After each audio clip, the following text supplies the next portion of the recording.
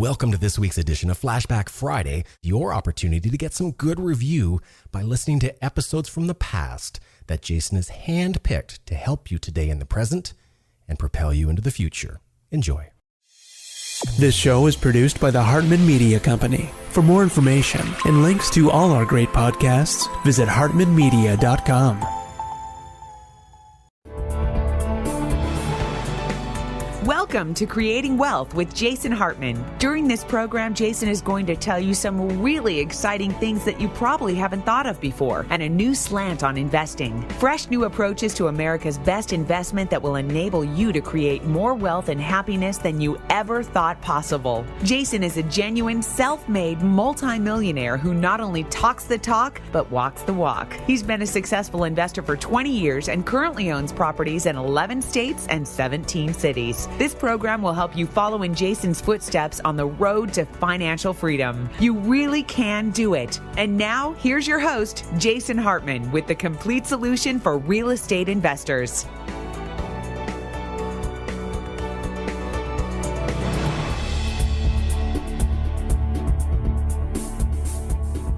Welcome to the Creating Wealth Show. This is your host, Jason Hartman, and this is episode number 298. We're almost at that magic number, 300 episodes. And the 300th show will be, of course, a 10th show, and we'll talk about something of general life interest. But today, we've got John Mauldin on the show. Many of you are very familiar with his newsletter. It is very, very widely read in financial circles. And he's also affiliated, I actually just heard this today, I didn't know this. He's affiliated with Doug Casey and Casey Research, and we've had Doug and Doug's right-hand man on the show before on prior episodes. So we'll go to John Mauldin here in just a moment, but I've got one of our investment counselors, Michael, on the line with me to do the intro, wanted to touch on a few current events. And Michael, welcome. How are you? I'm great. Good afternoon to you, Jason. How are you doing? Well, fine, thanks. Just got back from the Money Show in Orlando, Florida, and I did that show with Steve and did 2 speaking engagements there, and it was quite interesting. You know, one of the things that was very interesting about the Money Show, Michael, is that, first of all, at the beginning of the show, it's like a lot of senior citizens, not just senior citizens, but I'm going to call them senior citizens, come in just to kind of get free stuff. And we didn't have any goodies to give away at our booth, but the booth with the free pens and the free whatever, those were the crowded booths. So I decided we got to get some swag next time we do one of those trade shows. It's not about how much money they can make. It's about what they can get for free, apparently. Yeah, that's true. But as soon as I got to speak, I did 2 speaking engagements there. And as soon as I got to do the first one, then I became famous at the Money Show. And our booth was very crowded after that. So it was a pretty good show. And we'll probably have Steve on to talk a little bit more about that. But, you know, one of the best things about that was really not all the new clients we gained. And of course, that's great. But it was really what I learned, because I got Steve to man the booth more than I did. And I went around to the other booths, and in my typical way, being a consummate skeptic, I went around and I talked to all these other guys promoting these energy deals and these oil and gas exploration, and the gold bugs were there selling coins and bullion, and there were a lot of public REITs there and master limited partnerships, which is all the rage now in the investment world, the MLPs, master limited partnerships. And, you know, I went around and I got to question all these guys just for hours on end about all of their offers and stuff, and really learned a lot about the sort of the double meanings they all give away. And, you know, I'll talk about that probably with Steve, but, you know, investors beware. That's my takeaway. There's a lot of things that are just too, if it sounds too good to be true, it probably is, as the old saying goes. But hey, Michael, let's talk about, Zimbabwe first here. This was an article that caught both of our eyes, and it was pretty interesting to see. They said they were down to just $217 of total cash on hand for the government. And some of that stems from the fact that they have no currency of their own at this point. So they don't even have enough money to organize a vote for constitutional referendums or elections coming up. So what do you think of that, Jason? This is, Michael, that is literally unbelievable. Now, I just want to remind everybody that before the debt ceiling was increased, I think it was not the last time, but the time before, here in the U.S., Apple actually had more money in the bank than the United States government. And I think the number, you might remember this because you're a big reader of Zero Hedge and you keep track of current events very well. But I believe the number was Apple had $76 billion with a B, $billion in the bank. And the U.S. government only had like $72 billion in the bank. But of course... Well, and Zero Hedge made a funny little jab at the U.S. government that this still meant that Zimbabwe had more net cash on hand than the United States.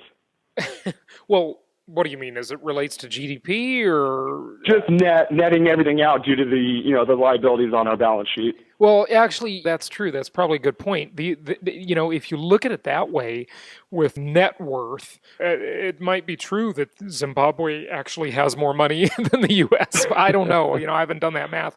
But given our obligations, our $120 trillion entitlement time bomb coming our way, it's amazing. Zimbabwe, I remember reading an article a couple of years ago in the Daily Reckoning, Bill Bonner's newsletter, and just fascinating. But of course, their solution to everything is just buy gold, which I think is at best a mediocre solution.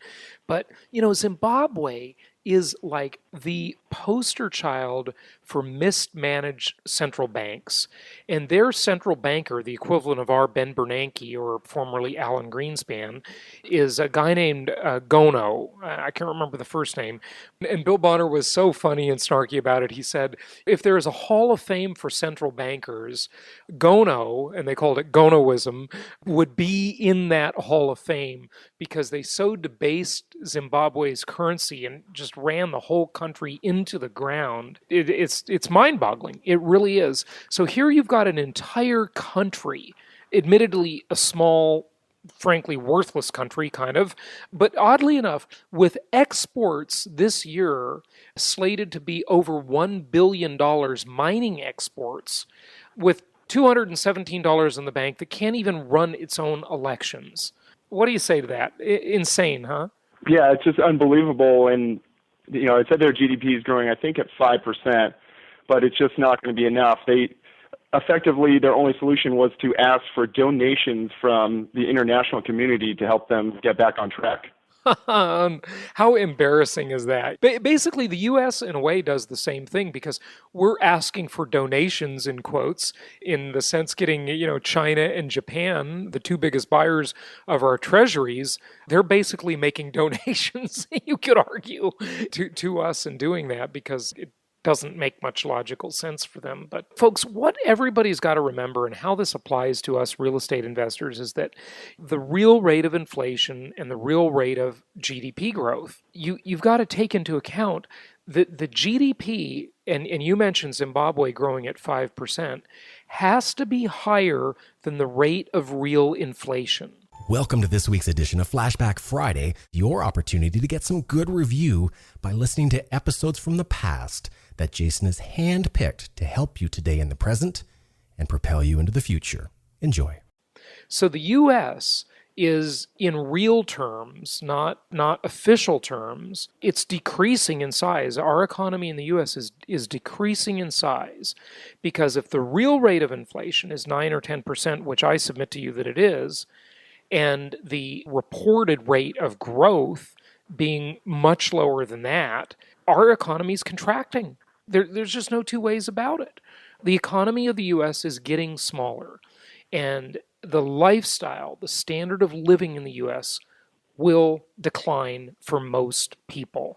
Just remembering our listeners, economics is a relative issue, so if everybody else gets poorer, and you even get poorer at a slower rate than your neighbor does, you're winning. So just understand that everything is relative. It's the theory of relativity as it applies to economics. But mind-boggling.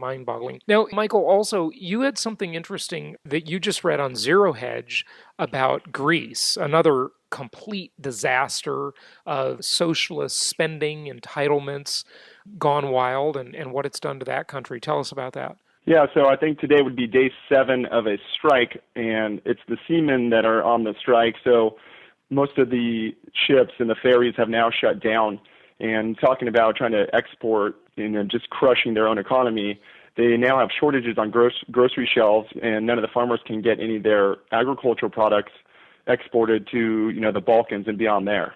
Unbelievable. So basically, now that's got to be really bad on tourism too, because if those ferries aren't running, a lot of tourists use them, and if you want to take a boat to another one of the Greek islands, which, this is what happens, folks, and this is why you've got to be ready for the worst to happen. I always like to say, Michael, expect the best, but prepare for the worst. And that's why I started a few years ago my Holistic Survival Show. And our listeners, we talk about how to invest, how to win the game by investing, and basically in a lot of ways gaming the system and doing what our government here in the U.S. is doing, and most governments around the world that are playing the same game with fiat currencies and central banks, to kind of game the system and to win economically. But if we really have a bona fide economic collapse, which could happen, as they have in Greece and many other countries around the world, where things shut down. Do you know, if anyone listening expects the store shelves to stay full, where you can just go to the grocery store and get your provisions, you're out of your mind. The grocery stores at the first sign of crisis will probably be virtually empty within hours, or at least a day or so. So you gotta store some food, store some water, 1 gallon per day per person in your family. This is just prudent. This is not paranoid. This is not crazy. It's just smart. It's responsible. You got to do that, and we see that example that's happening right now in Greece, and it's happened so many other times. Not surprising, is it? No, not really. And just to touch on that, it's people really underestimate what could happen. I'm in Orange County, California. We could have a 9.0 earthquake any day, and suddenly, if I don't have that food and that water supplied, we could be in really big trouble. Yeah, no question about it. So certainly natural disaster, solar flare, EMP, electromagnetic pulse, or just economic uncertainty or economic collapse. Look at I grew up in West LA, and you just got to ask yourself, if you live in a big city like Los Angeles, where you've got a significant amount of the population that is depending on government welfare and the EBT card, or the food stamp program, essentially. And if they don't get their checks and they don't get their card recharged electronically, can you imagine the type of civil unrest that will occur? And this is another aspect of how I pick areas in which to invest. I don't want to be investing in an area where they're extremely likely to have these types of problems. That's another thing. But enough about doom and gloom. Well, the next article is about doom and gloom too, but this all relates to real estate investing and how people can game the system and just win that game. Well, this one was interesting to me. I just saw it the other day. Canadian pennies are no more. The mint will stop distributing the coins as of February 4th.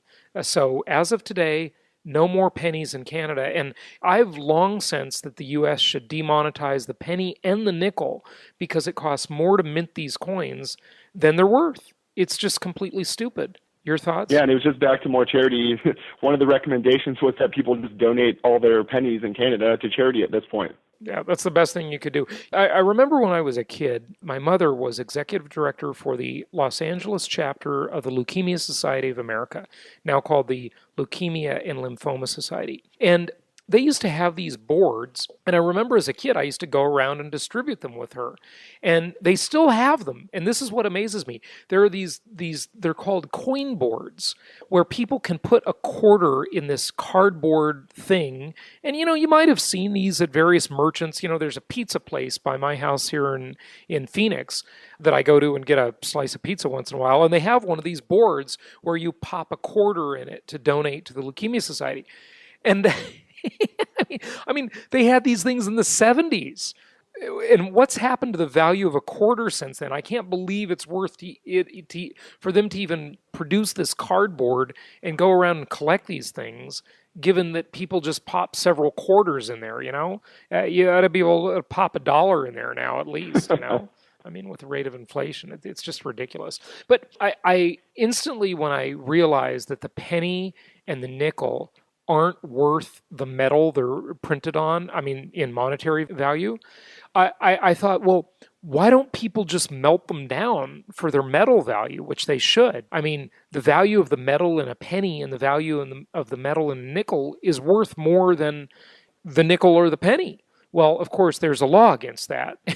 The government makes laws against any of their illogical, unreasonable stuff. So that's called the smelting law. If you melt them down, you're going to jail. You can't collect a bunch of pennies and melt them down. And I think the reason the government doesn't demonetize these things is because it would be embarrassing. It would be an obvious admission that inflation in real terms is much higher than we've been told.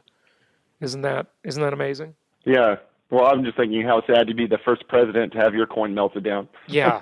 Well, that's true. That's true. Well, hey, thanks for coming on today. We've got to get to John Mauldin, and I think you're going to find this interview to be very interesting.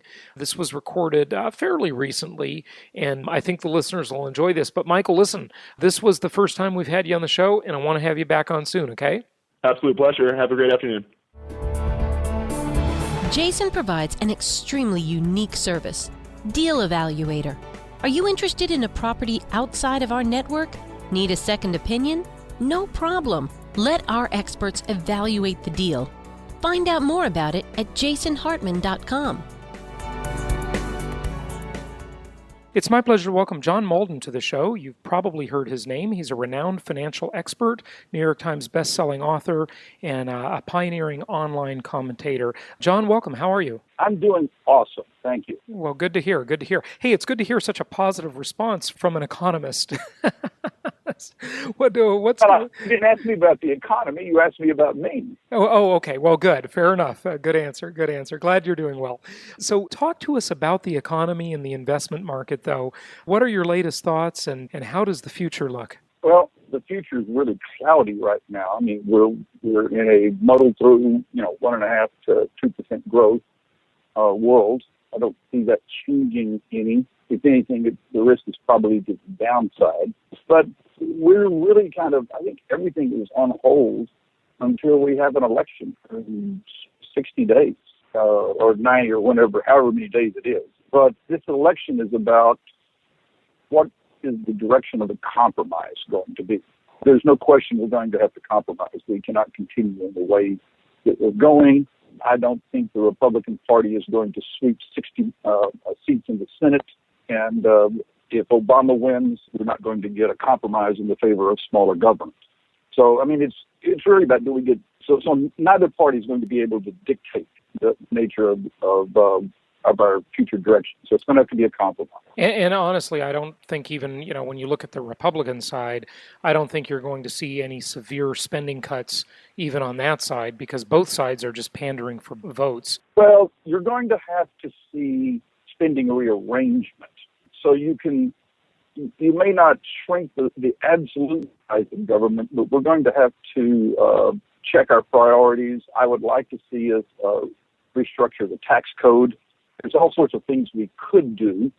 I just did an interview with Bowles, the Simpson-Bowles Committee, and I laughed that I get the laugh line in my speeches, but people ask me about Simpson-Bowles, and I say, well, I think it's the worst possible proposal I've ever seen, and I would vote for it in the New York second, because it solves the problem. The problem is we have a deficit that is going to overwhelm this country and our economy if we don't fix it. So the key is solving that deficit issue, and then let's try to move on from there. And Bowles does it by some pretty significant cuts that you got Democrats to go along with, and some spending increases and restructuring that you got Republicans to go along with. And for instance, the only reason that Ryan didn't go along with it was that he didn't think it went far enough on restructuring health care. He was perfectly fine with everything else. He just wanted more health care restructuring. Something along that line is going to have to be done. If it's Obama, then it's going to be something else. But it's, are we going in the direction of smaller government footprint or larger government footprint? And that's going to give us some sense of the direction of the economy. In my, personal economic view, a smaller government imprint means a larger piece for the private sector Larger private sector means more jobs and a faster growing economy. Governments don't produce anything. They just take from somebody else that is producing and get into a different set of priorities. Well, you know, John, to your point on that, that's interesting that you say that, because it reminds me of a quote that I saw recently, and actually it was a picket sign. It wasn't a quote, I'm sorry. I think it was a Tea Party picket sign, and it said this, and it's so aptly put. It said, "A big government equals a small citizen. The larger the government is, the smaller the citizen gets." So, like you said, you know, when you're talking about when the government sector is large, the private sector is small. It is, and I mean, there's just no way to get around that. I mean, that's a reality. Now, is there, would we be better off with no government at all? Well, no, I'm not. No, of course I'm not an anarchist. Anarchy's no fun. Just look at Somalia. Right. So, I mean, I don't have such a wonderful opinion of my fellow humans that I'd be willing to let them run carte blanche. In the financial world, I want some regulations. I want some controls on banks. So, I mean, I recognize that there needs to be safety nets, all those things. But the smaller we can make that imprint, the better the growth of the economy will be. So there's some curve there that's smaller than we are now, especially in terms of deficit, because we just come to the end of our ability to borrow money. Now, we've seen what that does in Greece and Spain, and it's increasing throughout Europe. Japan's getting ready to hit that wall. Great Britain's having to deal with their own issues.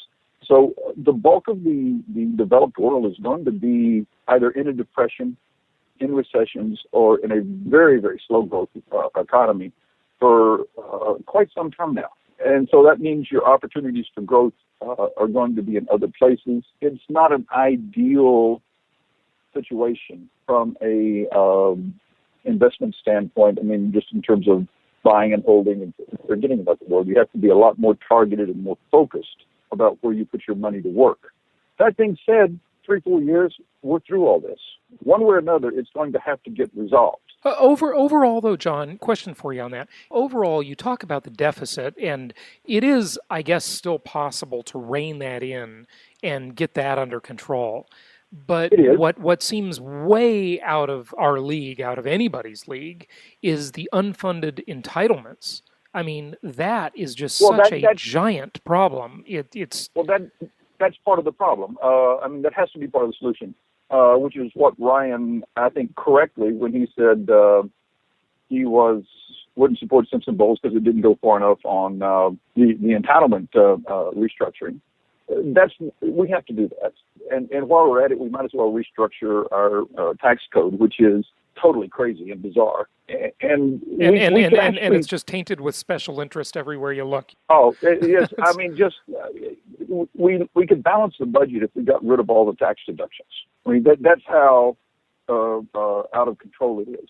So we need to get the government to stop trying to direct money in the economy and saying, okay, we'll give you a deduction because we want more of this, and then we want more housing, and we want more. No, stop it. Just let the market and people decide how they want to spend the money and drop the overall tax rate down. If we did something like Simpson Bowles, which reduced the overall tax rate while actually increasing revenue some, I would find that to be enormously bullish. Number one, it would give you certainty. Number two, the lower marginal tax rates are quite bullish in terms of spending and economy and business planning. So I'm not a pessimist. In fact, if we deal with the deficit, and given the fact that we seem to fortuitously and wonderfully have found enough energy underneath the continental United States and North America to supply our own needs and actually begin to export within a few years, we could see the trade deficit really begin to shrink and even go positive, which would make the dollar extremely strong. And we could have one of those wonderful situations where we could find the United States is no longer the United States that it could be, but the United States that we think it is in its mind, or we think it was at one time. I mean, that's actually possible. And by the way, you get through the secular bear market, that whole valuation cycle. You get to the end of all this, and you start the next bull market. all of those things coming together could be enormously bullish. It for could, the latter no part question. of this decade in the 20s. Yeah, no question. And John, I completely agree with you on the energy front. The problem is, once again, there you've got another special interest problem. You've got the environmental movement that is just restrict, restrict, restrict. And there are other business interests that want to restrict alternative energy. And I don't think solar or wind work at all. I'm talking about fracking. I'm talking about natural gas and oil and ANWR and the assets we have right here at home that could last for decades and decades. At some point, we've got to decide that with an environmentally responsible program, that jobs and energy production here, and when solar becomes cost-effective, and it will at some point, that's just the nature of technology, when other new alternative forms of energy become cost-effective, and they will, it's the nature of technology, then they'll replace natural gas. We should recognize that we have an abundance of natural gas and figure out how to produce it. And frankly, instead of exporting natural gas, which we're going to do, we need to be exporting the products made from natural gas, chemicals, fertilizers, that type of thing, that are value-added, that create more jobs here in the U.S. We can really see a renaissance that 2-3 years ago, when I was writing my book Endgame, you just didn't see. It wasn't there except as some kind of fantasy program, and now it's becoming reality. Yep, it sure is. Very, very interesting. Well, so do you think a Republican win, in any big way, the presidency and seats in Congress, do you think that'll really make a significant difference in terms of getting our fiscal house in order, or is it just sort of another flavor of the same ice cream? No, I think it just determines the direction of the compromise. If we don't compromise, if we don't deal with the deficit, then we are in fact going to hit the wall. That's just the reality. And by hitting the wall, I mean we run up against the ability to borrow money at costs that are sustainable. We start having interest costs that become the biggest portion of the budget. Those types of things. We start looking like Spain and Italy, who can't access the market now at low interest rates. They have to have central bank intervention in order to be able to fund their deficits. That's not a working business model, and certainly not a working business model for the United States. But that really changes the nature of our economy, and it changes. It'll force us to make larger tax increases and bigger spending cuts than any of us can possibly imagine now. It's a very disruptive thing not to fix it. In my conversations with congressmen and senators, they get that. They just don't want to talk about it until after the election. Your outlook on, and I know a lot of this depends on November, but your outlook on interest rates and then two big markets, real estate and stocks. Well, we saw the deficit interest rates are going to be low for a very long time because reducing the deficit over time is by definition deflationary, and the Fed will be able to print more money than we can possibly imagine and still have low interest rates. It's going to drive the gold bugs nuts. If we don't solve the deficit, the interest rate environment, inflation become a completely problematical event.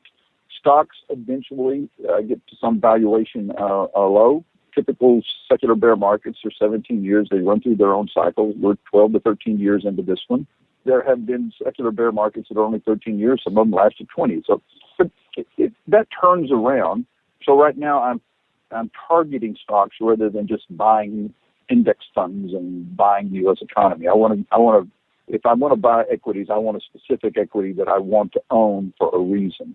The economy, solving the deficit is going to reduce potential growth for a while. There's no question about it. Just because you're reducing the footprint of government, and it will take a while for that for those effects to wash out. But in the long run, we're all much better off. Yeah, no question. I agree with that. We're certainly better off in the long run. But, I've got to ask you about one thing you just mentioned, John. You said that Fed policy would drive the gold bugs nuts. Can you elaborate on that a little bit? Well, if you're in a deleveraging, deflationary world, if you're where the velocity of money is dropping, the Fed can print more money. They can do more QE. And it's not going to drive inflation up. It's not going to drive gold up. And you're saying that's because the velocity is slow. The velocity of money is slowing, and you're in a deflationary world, especially if we're reducing our trade deficit at the same time. I mean, it's one of those things that people want to look at the absolute base money supply and say, well, that's what drives inflation. And the answer is no, that's only part of the equation. So for gold bugs who typically don't think that the velocity of money has anything to do with it, they just look at money printing rather than velocity. They look at right, and so they miss it, and that's what I mean by saying it drives them nuts. Fair enough. Well, I know we've got pretty limited time here, John. Just anything you want to wrap up with, any thoughts, and please give out your website as well. People can get my website at johnmauldin.com, MAULDIN.com. And I have a free letter. Just stick your email address in, and you can be one of my 1 million closest friends. It goes out every Friday night, Saturday morning. And we talk about all the different things that we talked about here and a lot more. So love to have your listeners join. Fantastic. Well, John Mauldin, thank you so much for joining us today. You're welcome, sir. Thank you very much. What's great about the shows you'll find on jasonhartman.com is that if you want to learn how to finance your next big real estate deal, there's a show for that. If you want to learn more about food storage and the best way to keep those onions from smelling up everything else, there's a show for that.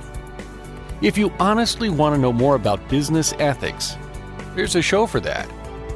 And if you just want to get away from it all and need to know something about world travel, there's even a show for that. Yep, there's a show for just about anything. Only from jasonhartman.com, or type in Jason Hartman in the iTunes store.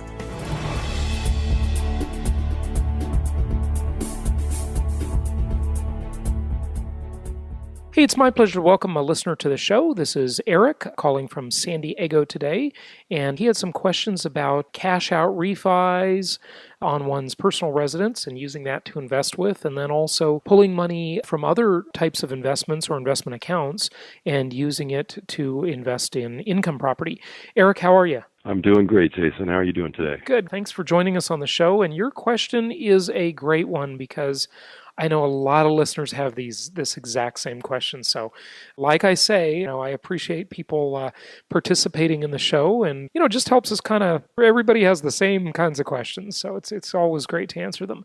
But first of all, before we kind of dive into it, tell us a little bit about how you happened to find us. And I assume it was the podcast, but I'm not sure. Yeah, I found you actually some time ago. I just on a web search, I came across some of your podcasts, and I actually attended your seminar probably about 3 years ago or so, and at the time it just wasn't, the timing wasn't right or whatever, and I didn't choose to jump right in. But as the years have rolled by, I've been listening to the podcast off and on, and certainly been interested, and I really enjoy the guests you have, and I guess recently with the turn of events politically and some things, it just really seemed to click in. And in fact, one of your podcasts, you talked to Dan Ammerman, and I really enjoyed that particular topic. He was talking a lot about inflation and taxation and how all those things work together. And so I took his mini course, and that along with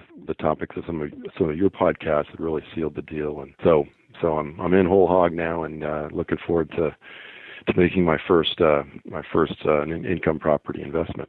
Good stuff. And I know that you plan to buy quite a few properties. You've got substantial equity in your personal residence and then other investments as well. And by the way, I just wanted to mention to the listeners, if you like Dan Ammerman, as I do, he's been on the show, I think, 4 times now over the years. So if you look back and listen to some of those really old episodes, he's on there. So he's been on several times. But yeah, good. That's great. Well, so tell me what decision or question are you faced with right now? Well, the main one I wanted to cover is my personal residence. I've been looking into refinancing it, and as part of this shift in investment strategy, I wanted to at least explore the topic of putting the equity in my house to work. I bought the house back in '97, so I've got a fair amount of equity amassed. And I wanted to at least just investigate that. Obviously, being as this is my primary residence and the house that my family lives in, I want to be cautious about playing around with that equity. But I want to just explore how that works, how to do it safely and effectively, and maybe other options too. I mean, refinancing with cash out is one option, but maybe another option to look at is selling the house and then buying or renting another house using the proceeds to the same end. So I want to kind of look at pros and cons, and maybe there's other options too. Yeah, right. Okay, well, this is a great thing. So let's analyze this. At first, I thought you just wanted to talk about refinancing the San Diego property, but now that you brought up the idea of maybe selling it as something to consider, let's kind of analyze that. So a couple questions for you, Eric. First of all, how much is the property worth? Conservatively, it's probably worth about $850,000. Okay, so $850,000 property, and what is your loan balance on it? It's about $165K. Okay, so you've got a good amount of equity in there. Now, here is a question to which you may not know the answer, but I hope you can take a guess. If not, I can. What do you think that house would rent for? Say you were a renter. Are there any of your neighbors that are renting their house that are maybe on your street or in your neighborhood that don't own but they rent, and do you happen to know what their rent is? I've explored it a bit, and it's a little hard for me to gauge, but there's a house down the street that rented for something like $4,000 a month, but it's a bigger house. So I would put it in the range of maybe $2,500, maybe $3,000. And I'm going to guess, actually, usually I'm not super generous on the rental amounts. I'm going to guess it would rent for about $3,000. Right. Does that sound fair? That sounds fair. Okay, yeah. Great. Well, if that would rent for $3,000, then that is renting for, and I'm just doing this off the top of my head, about a 0.4 or a 0.38 maybe RV ratio. Sound about right? Because it's 0.5 would be 4,000, or well, 4,250 per month would be a 0.5 RV ratio. So it's renting for less than half of 1% of the value. And to me, that says really it's a good deal to be a renter. And the reason I say that is that any of the income properties that you would buy through our network, you can get a 1% to, even a 1.7% RV ratio on them. It makes far more sense, just from a financial only standpoint, to rent the high-end house in which you live and own a lot of lower end properties that other people aren't smart enough to buy or can't buy, that they'll rent from you. Because right. as a ratio of the value of the assets, you can create a lot more income. If you just took $850,000, we're going to do this just very simplistically, and instead of, I know that you don't have that much equity in your house. You have about $700,000 in equity in the house, which is a lot. But your obligation to that house is about $850,000. Between the money you have in equity that's not working for you and the loan you have on it that you're paying for every month, and we're not even talking about association fees or property taxes or anything else. We're just looking at the asset value of $850,000. So if you were to take $850,000 and invest it into, say, 8 income properties, okay, that were $100 and a couple thousand each, okay, totaling $850, you would rent those for at least $8,500 per month in income rather than cost. And then you could turn around and rent the house down the street from you potentially for $4,000 a month. So do you see how you're arbitraging all sorts of great things there? And I mean, that's so beneficial to do it that way. Right, absolutely. Yeah. I think there's some security in owning a house. I mean, if things really got bad, if I guess that's maybe the counter to that is just you'd have to give up the security of owning your house. It's your house if things really go south. So. Right. Well, that's the next thing I was going to bring up. It's not just security of owning your own home. It's also the emotional attachment to the house. And if you were a renter, you might do a 2 or even a 3-year lease. Most leases are 1 year. And the owner of that property might decide, hey, they don't want to rent it anymore. Maybe they want to move back into the property. Maybe they want to sell the property. Whatever, you don't know. So there's definitely something to be said for that. And the other thing that you have to consider is, what if you really want to make significant modifications to a house? If you're a renter, the landlord will almost always allow you to do paint or wallpaper. I don't think anybody uses wallpaper anymore too much, but you could do paint or wallpaper and the owner will just say, hey, you restore it to the original condition. If you want to put up a chandelier, tint the windows, most of that stuff they're going to be fine with. But if you want to add an addition to it or something, then that's a kind of a different story. But the thing, Eric, I would really submit to you is what you just brought up. You said there's a security in owning your own house. And I know this is counterintuitive to almost everybody out there, but I say that there's not much security in owning your own house. And I will tell you, my thinking has evolved in this because I remember it's funny, I was just thinking about this yesterday. A friend from a long time ago, Catherine, I remember that her parents were very successful people. They lived in a beautiful home in Orange County and had a big yacht, and they were doing quite well.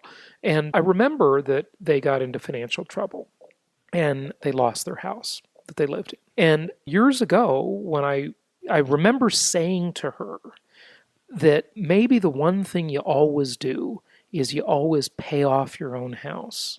And I used to think that was a good idea many years ago. I didn't think it was ever a good idea from an investment standpoint. But I thought the home and the hearth, maybe you just own one of them free and clear, and that's the one in which you live. But the problem is you never really own it. Because if you have a homeowners association, they always exert extraordinary power, scary power over you, where they could foreclose on your property. And I could tell you stories about that. I've read many articles on it. But the other one is property taxes. In the U.S., nobody owns their property. There's a perpetual, forever lien on your property called property taxes. And if you have a lot of equity, it makes you a target for litigation because houses are very easily identifiable and searchable. So say, for example, someone was after you in a lawsuit, a creditor of sorts. They could find out where you live very easily. They could find out how much equity you have in that property very easily. Any realtor can go, you don't even have to be a realtor, frankly, but there's all sorts of databases online. But for realtors, it's tied in with the MLS, and, everybody and their brother's a realtor, right? They can just go look up your property address, and it ties into the county tax records that'll tell what is your loan balance, what is the approximate value of the property. You just do the subtraction. There's the equity. You're a sitting duck for a creditor, whether it be a lawsuit, litigation type creditor, or it just be, say, in another area of your life, you got into financial trouble.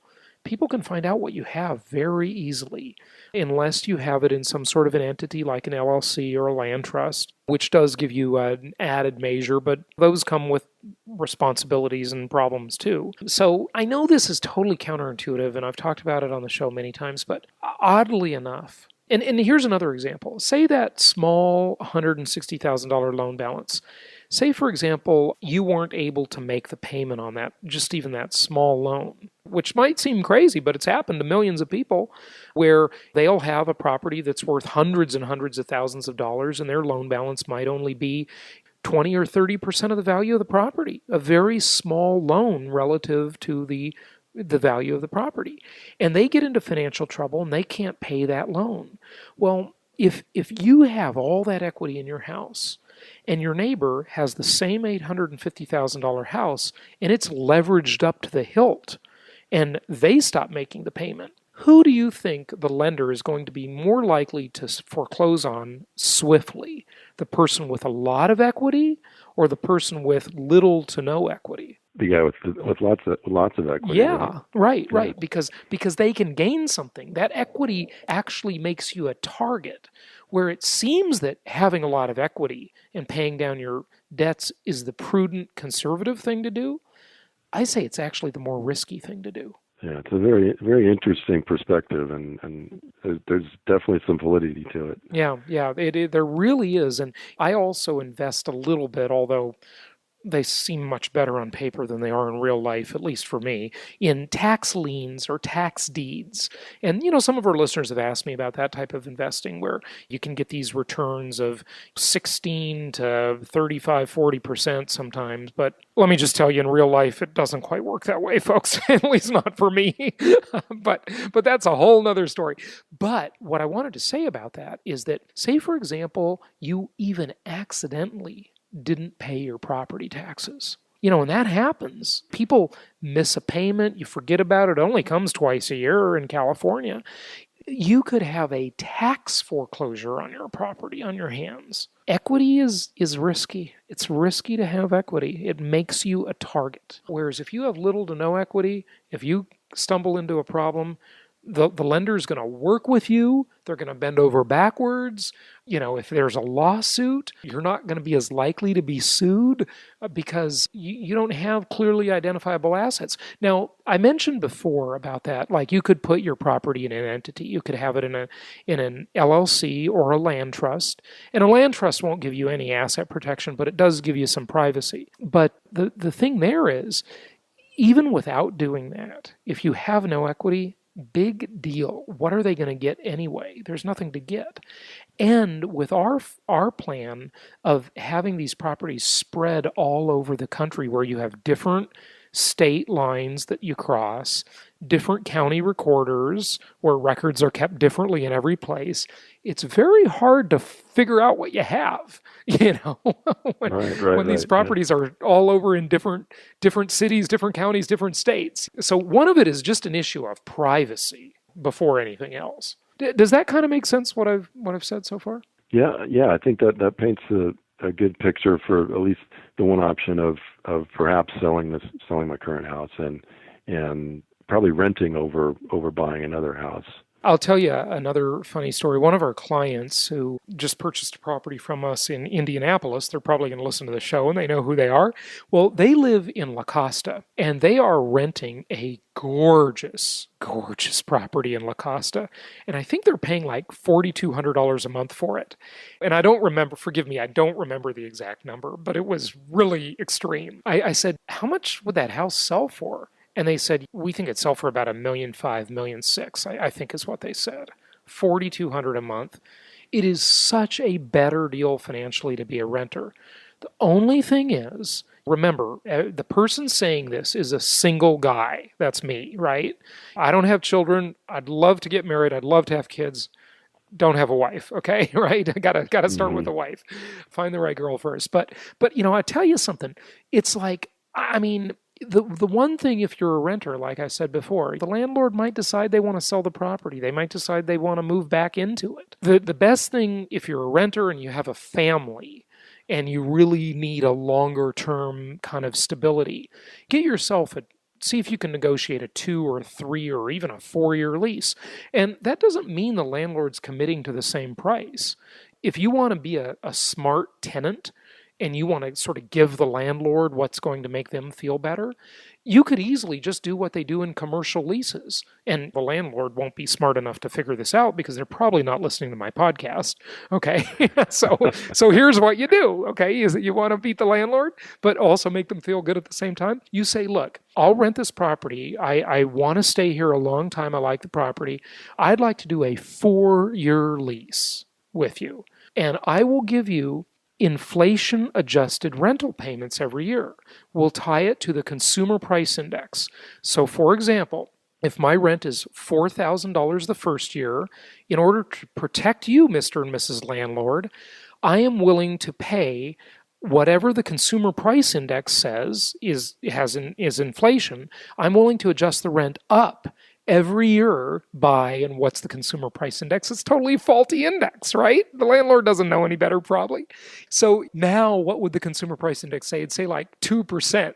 So, okay, you pay $4,080 the next year. Whoop-de-doo. Big deal. Right?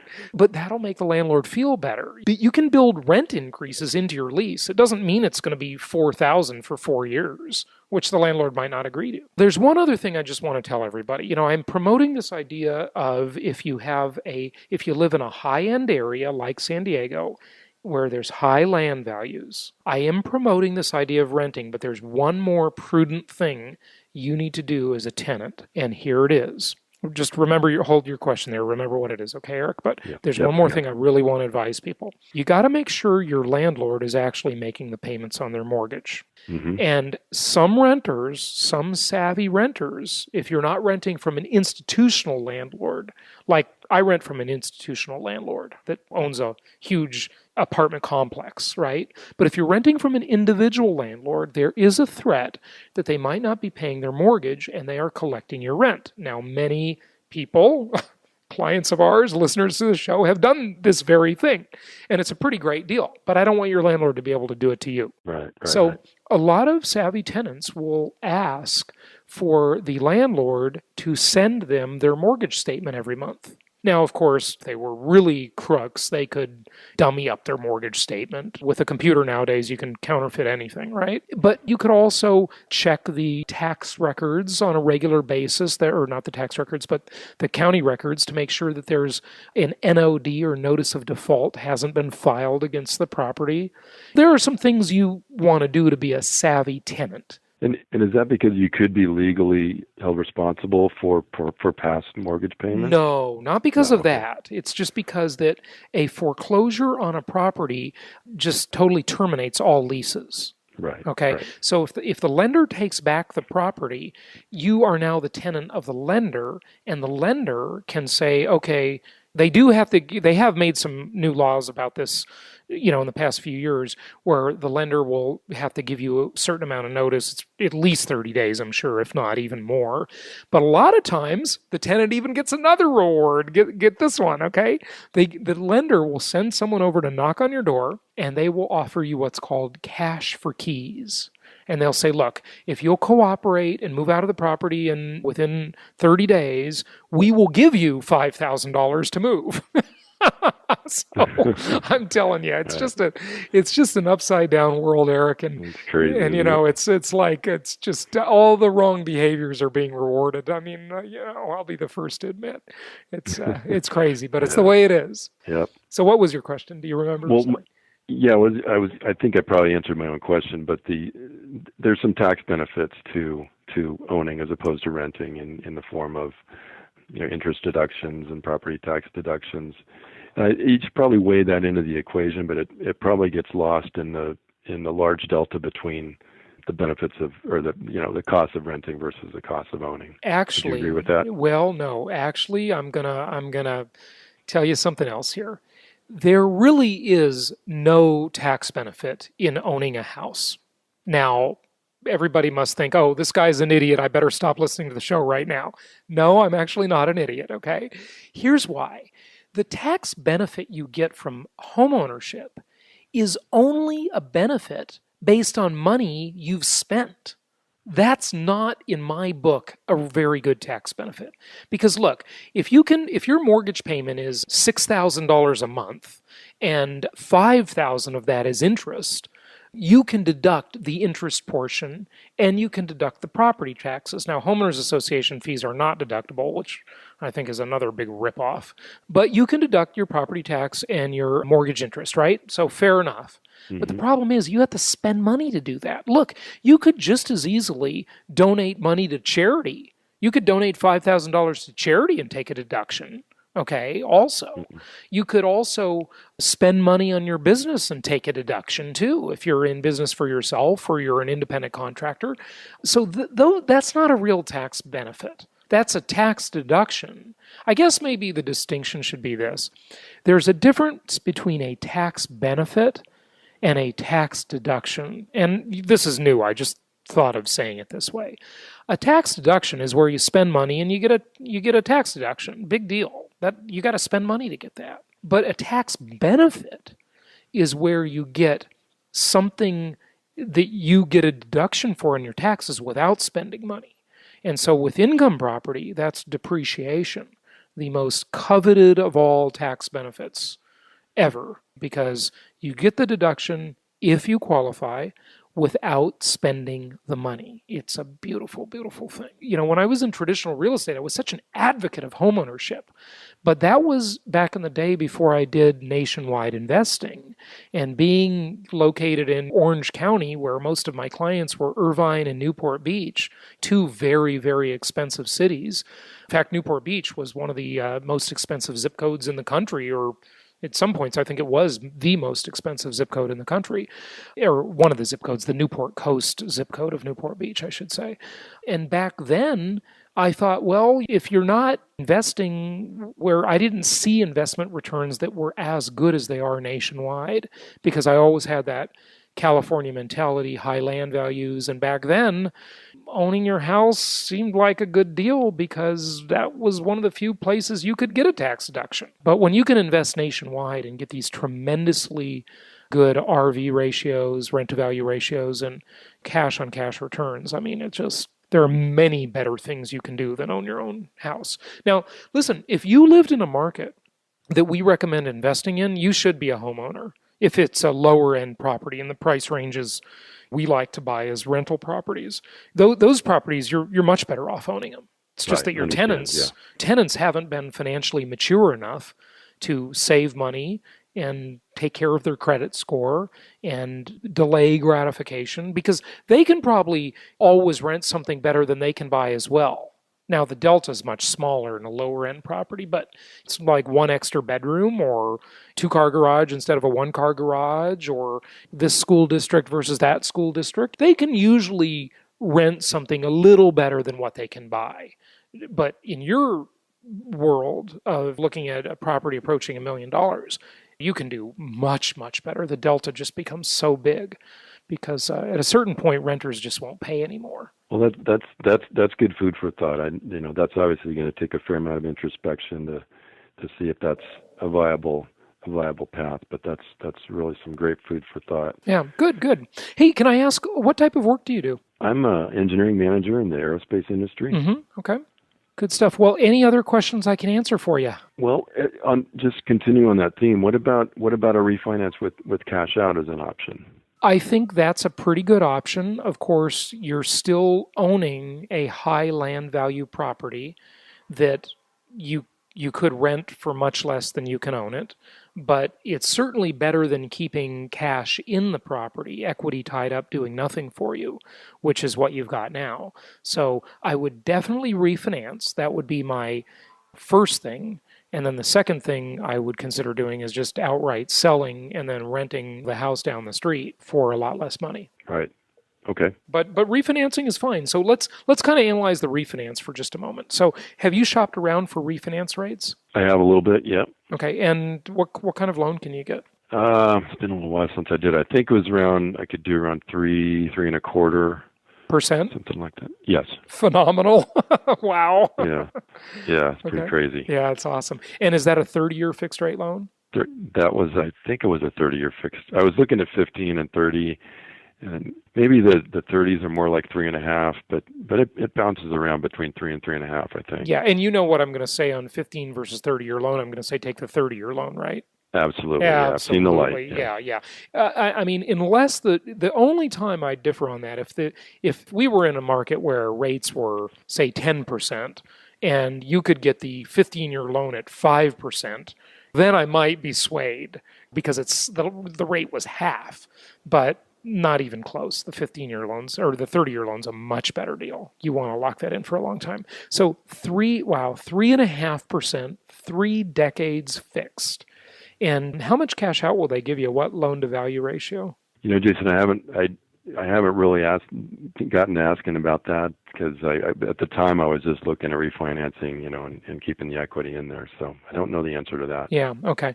Well, I would definitely pull the cash out because you're borrowing. I mean, if you buy into what I say that I think, inflation in reality is 9 or 10% right now as we speak, and probably going a lot higher down the road.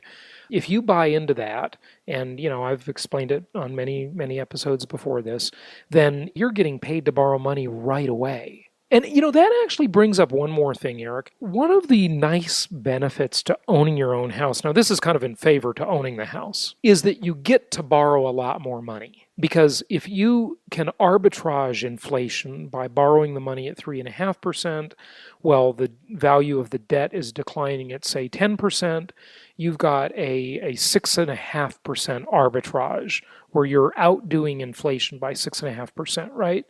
And right, so with that, just the fact that you get the privilege of being able to borrow all that extra money that you might not get to do if you didn't own your own house, there's a benefit in that. And then, of course, the other thing we didn't talk about, and I want to be very balanced here, and I want to be very fair on both sides. The other thing we didn't talk about is, hey, what if your house in San Diego appreciates? Well, it is appreciating now, but, on balance, I think you can do better in the appreciation in the lower end properties in other markets, but we need to mention that. Okay, so the refi sounds pretty good. If I just going with the refinance cash out theme, how much would a transaction like that tie me down to my current residence? I mean, it would make it much tougher to pick up and move if we wanted to at some point, correct? What is that, the refinance or renting? No, if we refinance with cash out, okay, and I use those proceeds to buy some additional income properties, and then 2-3 years down the road we decide we want to move out of state or something. But now I've got all those. I've taken the cash out and I've used that to buy income property. I'm getting income from it. But how much does that situation tie me down to my current house, or keep me from moving? The only thing that really ties you down is that if you refinance it, you may have, not necessarily, but you may have paid some costs to do that refi. So say you refi it today and you move next year. If you sink $5,000-$6,000 into that refinance and then you sell the property, you could consider that lost money unless you've either made up that $5,000 or $6,000 through inflation arbitrage, which you probably would actually, as long as you invest the proceeds of the refi, or you've been able to get a better return in another investment that you use that cash for. So that's the one way it ties you down. But does it tie you down in any other way, making it harder to sell the home? No. Say, for example, you even refinance the house for more than it was worth. Then you would end up doing a short sale potentially. Who loses there? You or the bank? The bank does. So I just don't know of a situation when it's better to have a lower loan balance on a property. Just remember my one saying, real estate or income property specifically is the best investment, but it's a mediocre bank. It's just not a very good bank. It's not a place you keep equity or keep money. It's a place where you control someone else's money, and that's the bank's money. It's the most borrowing and tax-favored asset in America. I always want to leverage my real estate. Okay, that's a common theme in your podcast. Yeah, I'm sure you've heard it before. And there are some of these real estate deals in these lower price markets where we operate that people. By the way, all of this being said, we have lots of people buying properties for cash from us who listen to all of this, and they've done as many loans as they can. They can't get any more financing.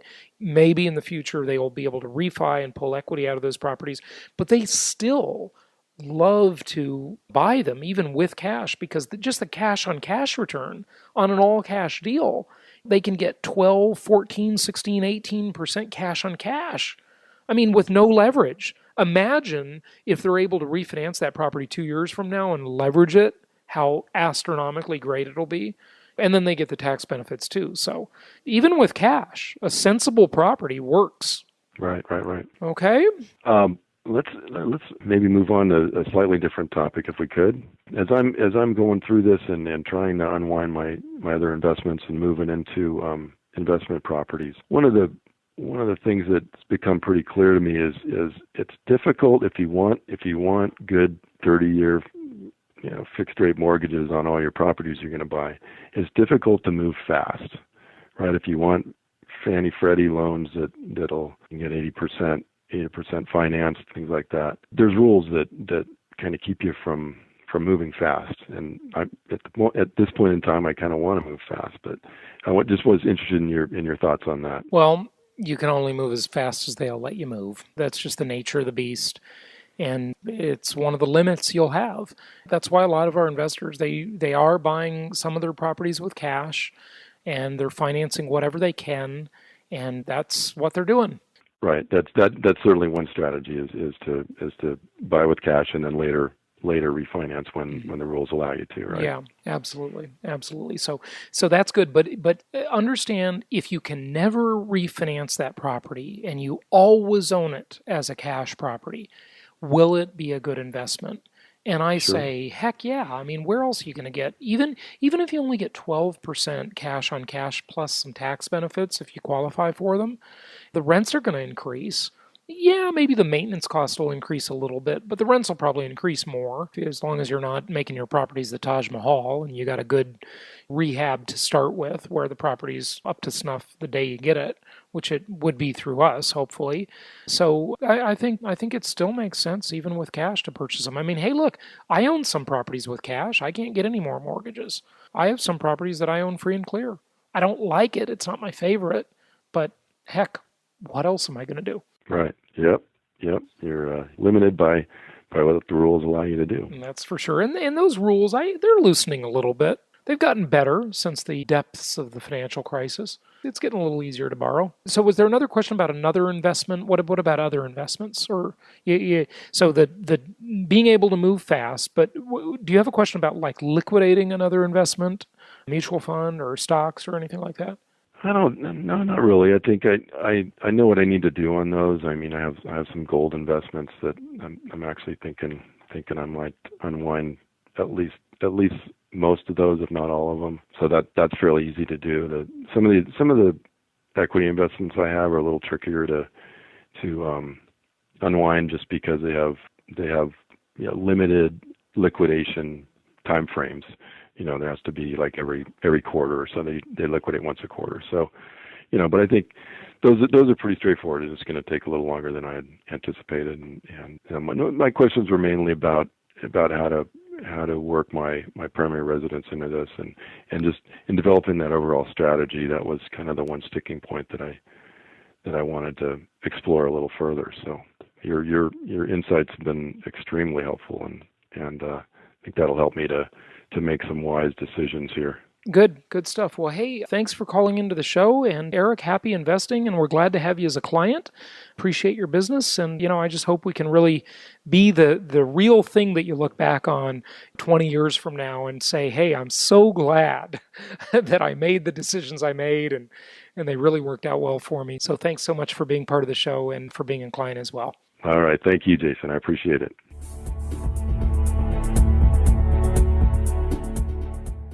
This show is produced by the Hartman Media Company, all rights reserved. For distribution or publication rights and media interviews, please visit www.hartmanmedia.com or email media@hartmanmedia.com. Nothing on this show should be considered specific personal or professional advice. Please consult an appropriate tax, legal, real estate, or business professional for individualized advice.